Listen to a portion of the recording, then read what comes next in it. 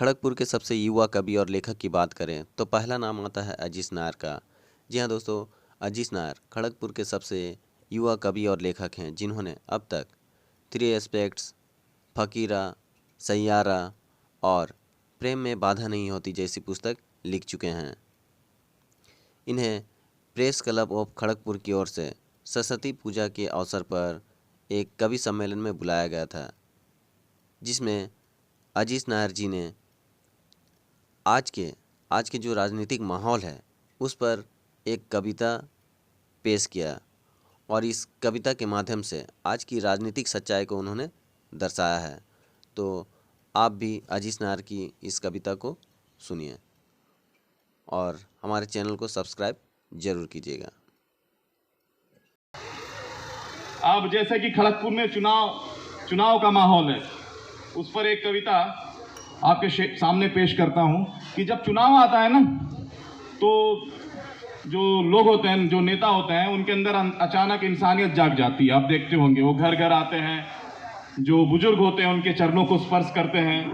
ठीक है, अगर राशन पानी नहीं रहता है तो घर में राशन पानी दे देते हैं, ये अक्सर देखने को मिलता है। लेकिन उसके बाद फिर कोई नज़र नहीं आता। वही बुजुर्ग बाहर जाकर बैठा रहता है और बैठता है, इंतज़ार करता है, लेकिन कोई नहीं आता।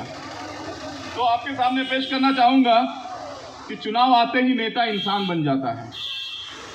चुनाव आते ही नेता इंसान बन जाता है, सबके घर घर जाता है, बुजुर्गों के चरणों को स्पर्श करता है, घर में राशन पानी ना हो तो एक 500 का नोट दे देता है, लोगों में मिठाइयाँ बंटवाता है और कभी कभी शराब की बोतल भी खुलवा देता है।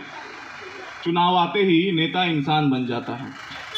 चुनाव के बाद वो बुजुर्ग उनके ऑफिस के बाहर मिलता है। वही बुजुर्ग आपको चुनाव के बाद ऑफिस के बाहर मिलेगा, देखिएगा। चुनाव के बाद वही बुजुर्ग उनके ऑफिस के बाहर मिलता है। उसको देखता सब कोई है पर उसका सुनता कोई नहीं। देखता सब कोई है लेकिन उसका सुनता कोई नहीं। जाते ही फिर से नेता, वही इंसान नेता बन जाता है। पता नहीं इंसान उसके अंदर कहाँ चला जाता है। चुनाव जाते ही उस इंसान के अंदर का जो इंसानियत है फिर से खत्म हो जाता है। फिर अब आपको बुजुर्ग जो है वही ऑफिस के बाहर नजर आता है।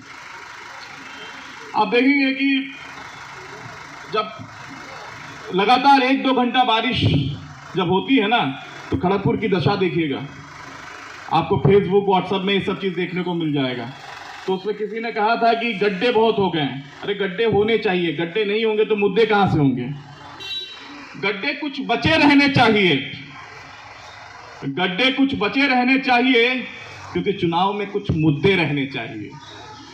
गड्ढे कुछ बचे रहने चाहिए क्योंकि चुनाव में कुछ मुद्दे रहने चाहिए। यही मुद्दा तो होगा जिसको उठाया जाएगा और जिसके आधार पर चुनाव लड़ा जाएगा।